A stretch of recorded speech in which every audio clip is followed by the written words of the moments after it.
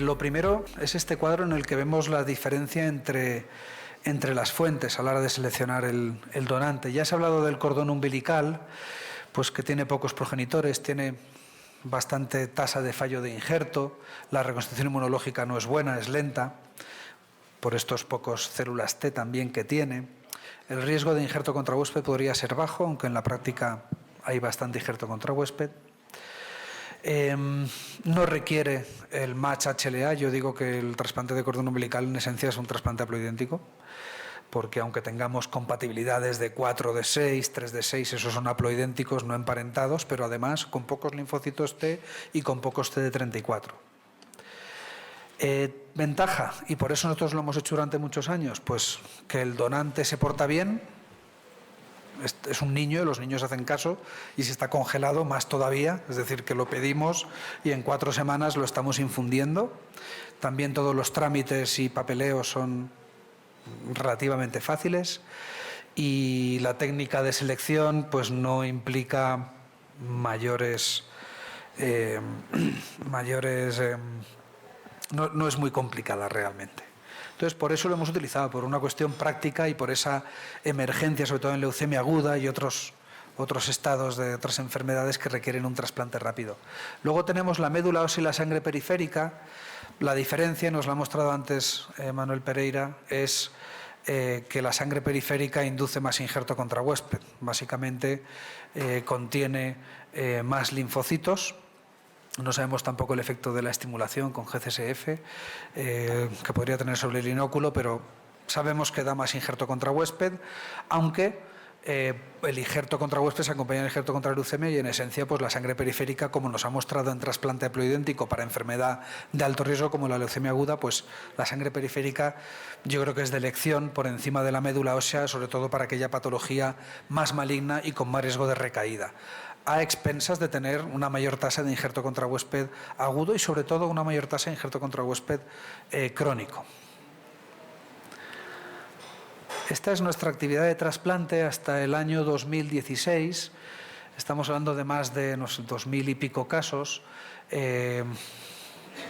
Pues lo he parado aquí porque aquí es cuando empezamos con la ciclofosfamida post en trasplante haploidéntico. Fijaros que aquí llevamos un 2% de haploidénticos con depleción T total y ya en 2016 rápidamente igualamos este 2% histórico de ciclofosfamida post.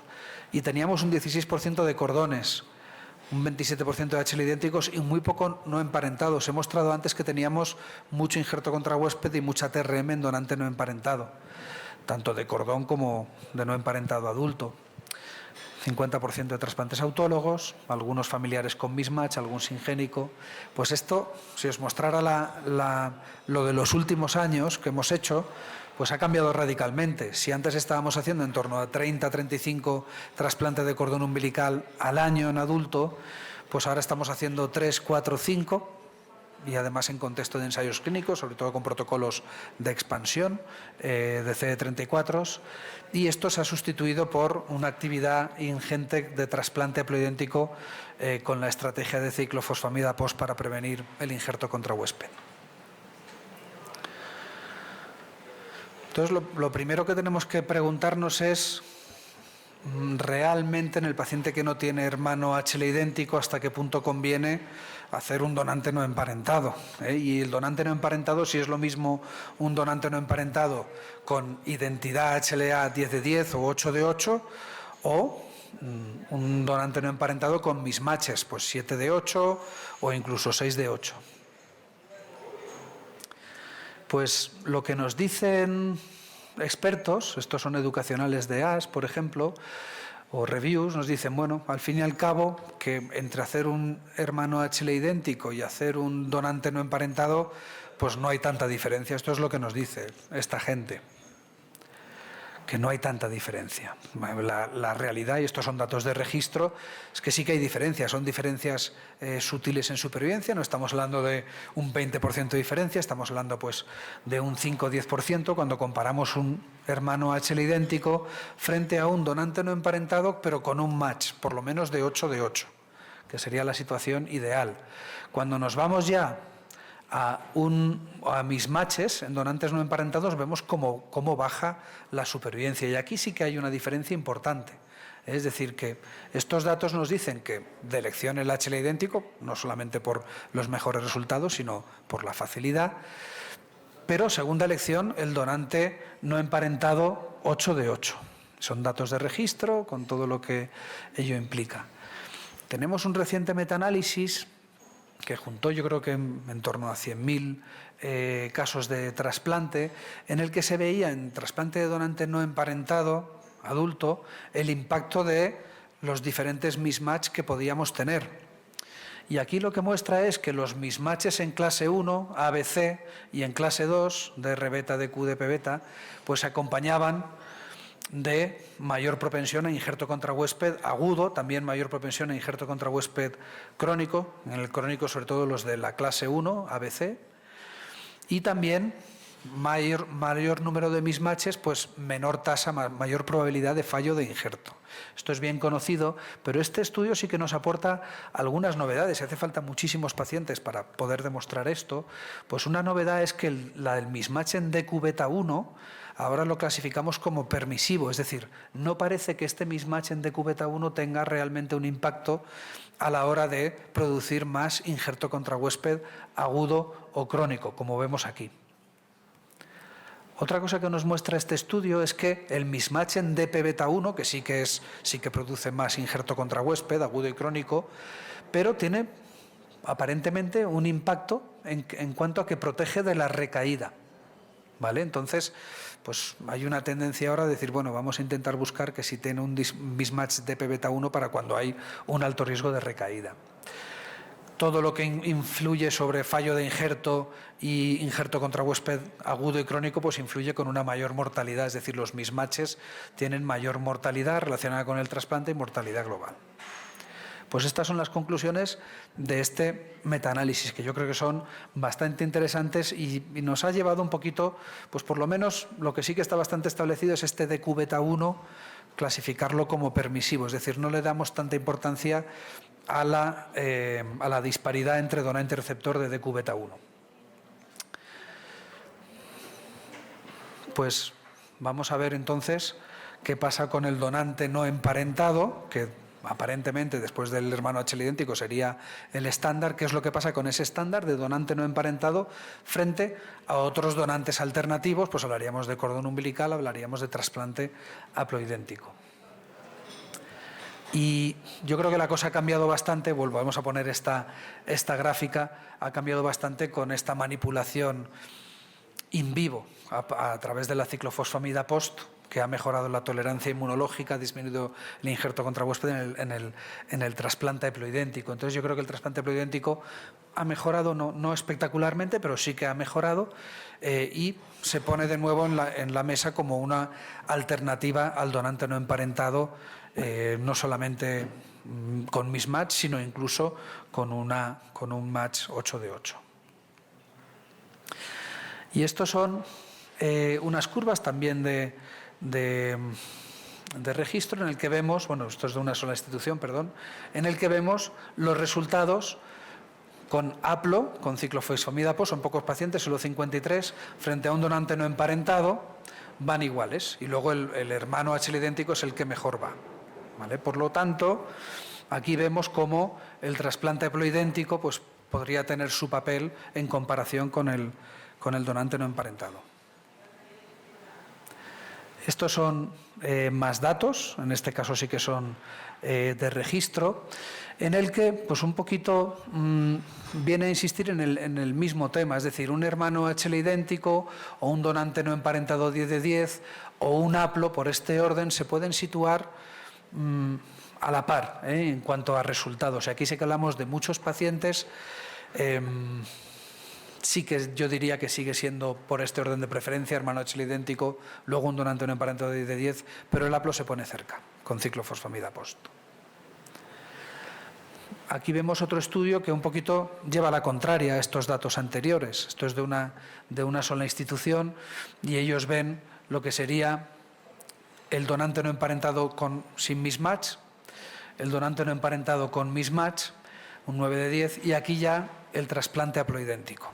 En este caso, y esto pasa con la literatura, que podemos ir a buscar lo que más nos interesa. Hay que tener cuidado, porque también además se publica solo lo que le interesa muchas veces al que tiene que publicar, o a la revista, que también a veces establecen sesgos. Pues en este caso, el trasplante haploidéntico con ciclofosfamida post, pues no parece, por lo menos en manos de este equipo, no parece que sea la mejor opción comparado con un donante no emparentado. Estos son datos del EBMT. Yo creo que son interesantes. Aquí vemos en pacientes de bajo riesgo, de riesgo intermedio o de riesgo alto al trasplante, el disease stage. Y aquí vemos cómo el matched sibling donor, el hermano HL idéntico, es la referencia para la mortalidad relacionada para la supervivencia y la mortalidad. ¿Vale? Aquí lo vemos, esta sería la base de la que partimos. Y luego tenemos el no emparentado, tiene un mayor riesgo de mortalidad. Y vemos el haplo cómo tiene mayor riesgo de mortalidad, pero cómo se va igualando. Ya en la última cohorte, 2011-2015, ya está el nivel de un donante no emparentado. Los donantes con mismatch no emparentados pues siguen teniendo resultados un poquito peores. Ahí no ha mejorado. Pues bueno, esto es una manera de trasladar a cifras pues lo que hemos vivido con la implementación de la ciclofosfamida post. Sobre todo a partir de los años 2010 se ha ido generalizando el uso y en todos los settings, alto riesgo, riesgo intermedio o riesgo bajo, pues el haplo ha ido mejorando y ha ido igualándose respecto a las opciones más estándar como el donante no emparentado sin mismatch o el hermano HL idéntico match. ¿Qué podemos concluir de todo esto que os he dicho? Pues yo creo que nada. Estos son frases para decir básicamente que, y son de estadísticos del EBMT, que suele ser gente crítica, por lo menos cuando entienden de la enfermedad, pues no hay una evidencia real. Es decir, estamos hablando de estudios retrospectivos con los sesgos de selección que pueden haber y a la hora de tomar la decisión de un tratamiento u otro, de un donante u otro, pues establecen sesgos y no podemos concluir nada. Yo creo que aquí es muy importante la experiencia de cada uno. Yo os puedo decir la nuestra.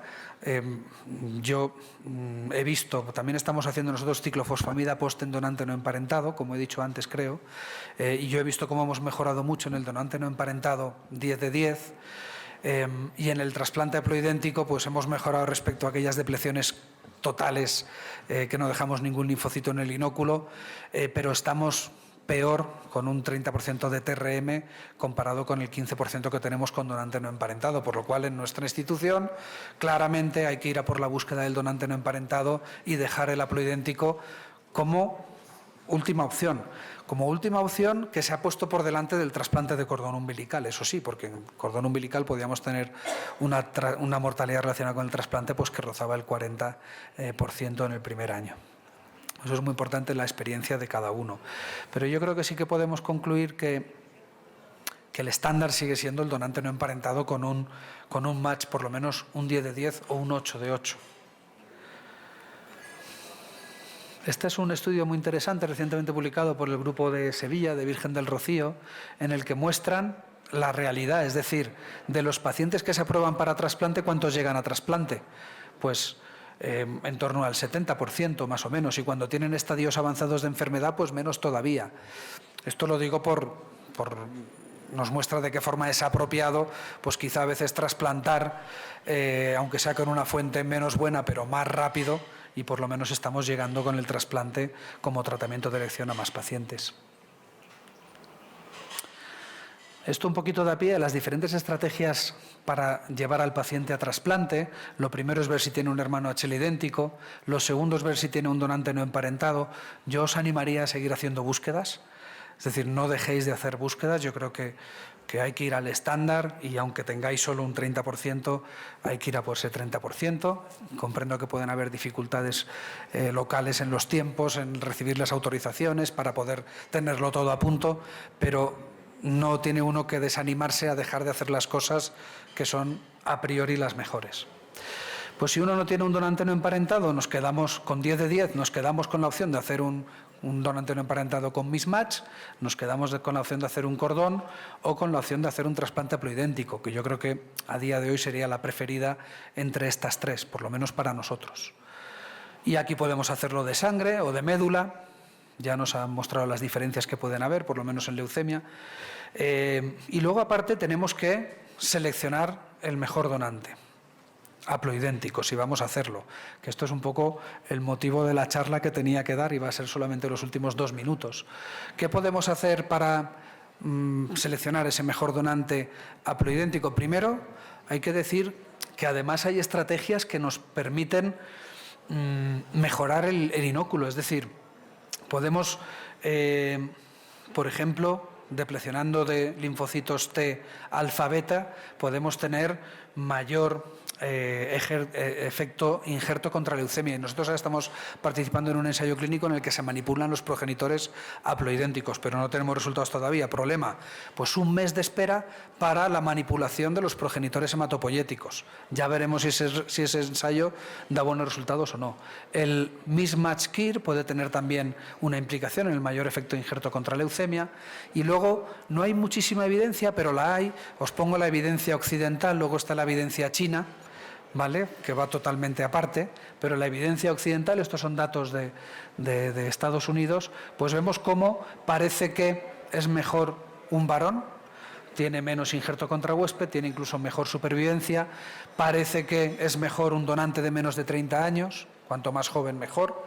Esto nos llevaría al algoritmo de donante varón joven.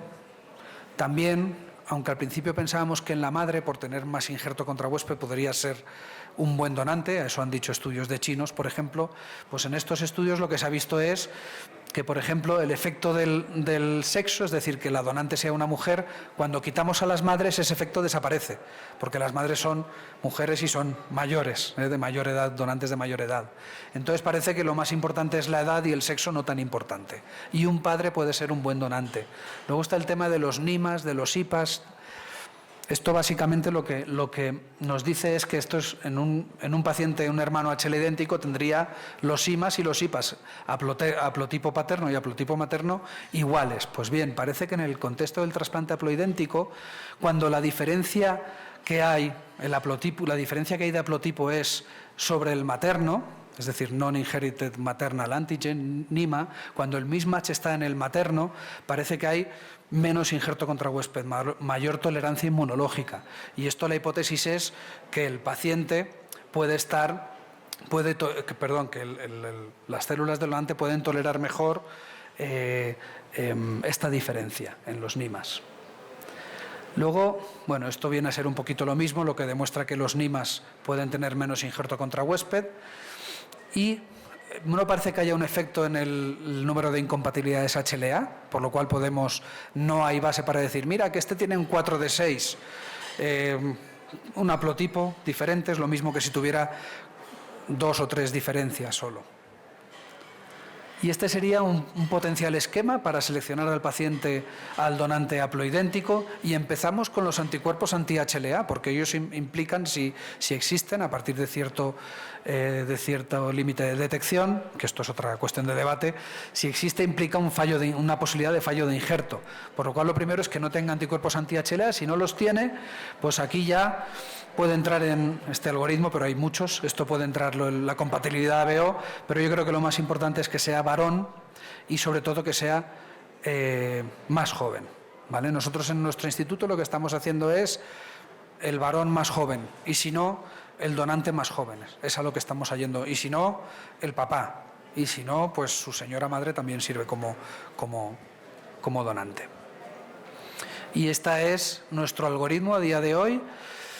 Básicamente empezamos la búsqueda de donante no emparentado desde el principio y si no tenemos un donante no emparentado 10 de 10, y esto lo podemos saber con este report que nos da la Organización Nacional de Trasplante, con esta búsqueda en bases de datos internacionales, si vemos que la posibilidad de encontrar un donante no emparentado es baja, es decir, que no hay donantes match desde el principio, pues entonces, si hay mucha urgencia en hacer el trasplante, podemos no esperar, pero la búsqueda siempre la habremos activado, habremos recibido ese primer report indicando si hay probabilidad alta o baja de tener un donante no emparentado. Por eso yo en vuestro contexto lo que recomendaría es hacer esa búsqueda, recibir ese report por lo menos, porque si tienes una posibilidad de tener ese no emparentado 10 de 10, aunque sea baja, pues entonces sí que puede merecer la pena pues consolidar más al paciente hasta que llegue el trasplante, por ejemplo. Muchas gracias.